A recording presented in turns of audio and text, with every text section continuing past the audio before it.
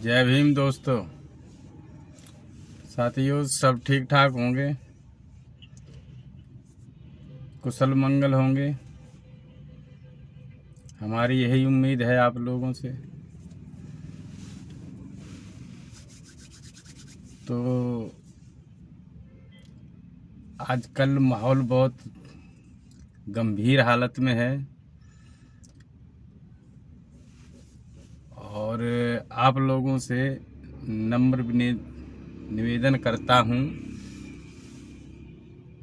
कि इसके बारे में कुछ आप भी बोलिए। जो आज हंगामा चल रहा है, कल एक प्लेन क्रैश हो गया, उसमें अजीत पवार जी और उनके साथ के 5 लोग इस दुनिया से विदा हो गए। तो सभी को मेरी तरफ से सत सत नमन प्रणाम। साथियों, ये चीज़ हमारी समझ में नहीं आ रहा, दिमाग में नहीं समझ में आ रही है कि मोदी जी की डबल ट्रिपल इंजन की सरकार है, तो ये हालात ऐसे बनते क्यों हैं? एक तो मेरे दिमाग में ये आ रहा है कि हालात बनते हैं कि बनाए जाते हैं। जैसे कि मणिपुर में 2 फाड़ किया गया, लगभग साल भर जला मणिपुर। और हर जगह देखो, भारत में जहाँ देखो तहाँ यही हो रहा है। और अब यूजीसी के बारे में वहाँ भी कुछ लोग तो विरोध कर रहे हैं, कुछ लोग सहमत हैं उससे। लेकिन सबसे बड़ी बात यह है दोस्तों कि जब सरकार भी कह रही थी कि ये बिल सही है और मानने वाले मान भी रहे थे, तो ये फिर सुप्रीम कोर्ट ने वापस कैसे ले लिया? या तो फिर चंद लोगों से सुप्रीम कोर्ट डर गई है। और नम्र निवेदन मेरा प्रधानमंत्री जी मोदी जी से और गृह मंत्री अमित शाह जी से यही निवेदन करूंगा कि प्रभु, जो आपने हालात खड़े किए हैं ये आप ही निपटा सकते हो, आपके ही हाथ में। क्यों? इसकी रास्ता आपको ही मालूम है। जिसने जो रास्ता बनाया है ना, उससे ज़्यादा कोई नहीं जानता उस रास्ते के बारे में। तो मेरा नम्र निवेदन ये है, आप प्रधानमंत्री बने रहिए, चाहे 40, 45 तक, 47 तक बने रहिए। मैं तो कहता हूँ 4700 वर्षों तक रहो आप मेरे को कोई दिक्कत नहीं है। लेकिन आपसे नम्र निवेदन ये है, प्रधानमंत्री जी और अमित शाह जी, आप देश को जलाना बंद कर दो। 2 फाड़ जो आपने किया है हिंदू मुसलमान करके, यह एक दिन गृह युद्ध लाएगा। और गृह युद्ध चल रहा है, लाना तो बहुत देर की बात है, चल रहा है। आज आपने ऐसे हालात बना दिए कि एक गांव के लोग एक तरफ, आधे 20 लोग एक तरफ खड़े, 20 लोग एक तरफ खड़े। और गृह युद्ध है, इसे ही को गृह युद्ध कहते हैं। और क्या, एक गांव, एक घर इकट्ठा नहीं है। आपने ऐसे हालात बना दिए इस हिंदुस्तान के, मेरे भारत के। आपसे नम्र निवेदन है, प्रभु अभी भी समझ जाइए और ये संज्ञान में ले लो।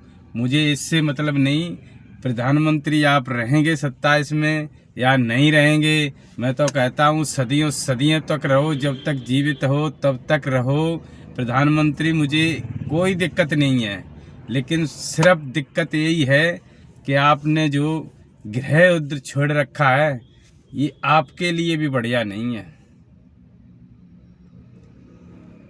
युद्ध जो होते हैं ना किसी के लिए बढ़िया नहीं होते हैं, और ये देश जब देश ही नहीं रहेगा तो फिर आप प्रधानमंत्री किस देश के रहोगे?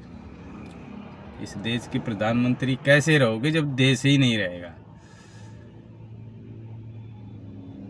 आप गाइडलाइन दी आपने, ठीक है, उनका विरोध कर रहे थे, कुछ लोग विरोध कर रहे थे, हमारे बड़े भाई विरोध कर रहे थे, लेकिन आपको समझाना चाहिए उनको।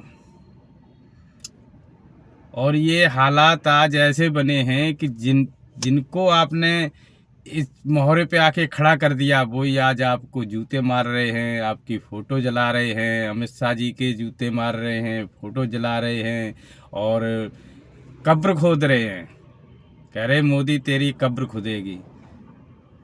तो ये हालात आपके भी लिए अच्छे नहीं हैं।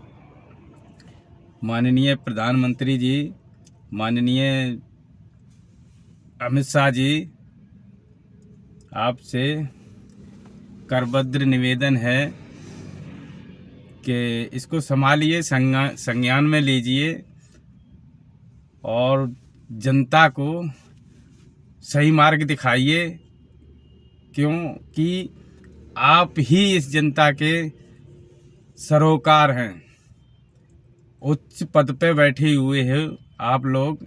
आपको ही राह दिखानी है, आपको भटकाना नहीं। आपने तो पूरे भारत को भटका के रखा है।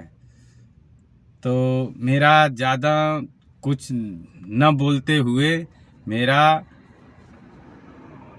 माननीय प्रधानमंत्री जी, माननीय अमित शाह जी से और माननीय उत्तर प्रदेश के मुख्यमंत्री आदित्यनाथ जी से करबद्ध निवेदन यही है कि आप इस समस्या को सुलझाइए जल्द से जल्द, और नहीं तो गृह युद्ध हो ही रहा है और ये कहाँ तक पहुँचेगा कोई पता नहीं। आप समझ जाइए। आप लोग शीर्ष लोग हैं, मेन सीट पे बैठे हुए हैं, भारत आपके हाथों में है। अगर भारत की इज्जत गई तो दुनिया से कोई इज्जत बचाने वाला नहीं है। तो मेरा इतना ही निवेदन करता हूँ, और साथियों कोई इसके चक्कर में ना पड़े। जैसे भी है वो देखेंगे क्या है क्या नहीं, उनको अच्छा लगता वो तो है ही कि वो नहीं बनने देंगे। वो उनको दिक्कत हो रही है, ये कानून बनने नहीं देंगे। दिक्कत हो रही है कि वो आज एक महाशय थे, वो भाई चंद्रशेखर आज़ाद को उल्टा सीधा बोल रहे थे। मैं बोलना नहीं, मैं मुँह से मेरे को शर्म लग रही है वो चीज़ बात कहने के लिए। तो एक चुने हुए नगीना से सांसद चंद्रशेखर आज़ाद के बारे में अगर ऐसी बोली बोलते हो, ऐसी गाली देते हो, तो मुझे नहीं लगता है कि कहीं ये हिंदू राष्ट्र बनाने वाले हैं। ये हिंदू राष्ट्र बनाने वाले नहीं, ये भारत को नष्ट करने वाले लोग हैं। और अमित शाह जी, प्रधानमंत्री जी, योगी जी, इनको आपने सर पे चढ़ाया है और आप ही इनको उतार सकते हो। मेरी तरफ से करनम्र निवेदन है। और सभी को नमस्कार। जय भीम, जय भारत, जय संविधान, नमो बुद्धाय।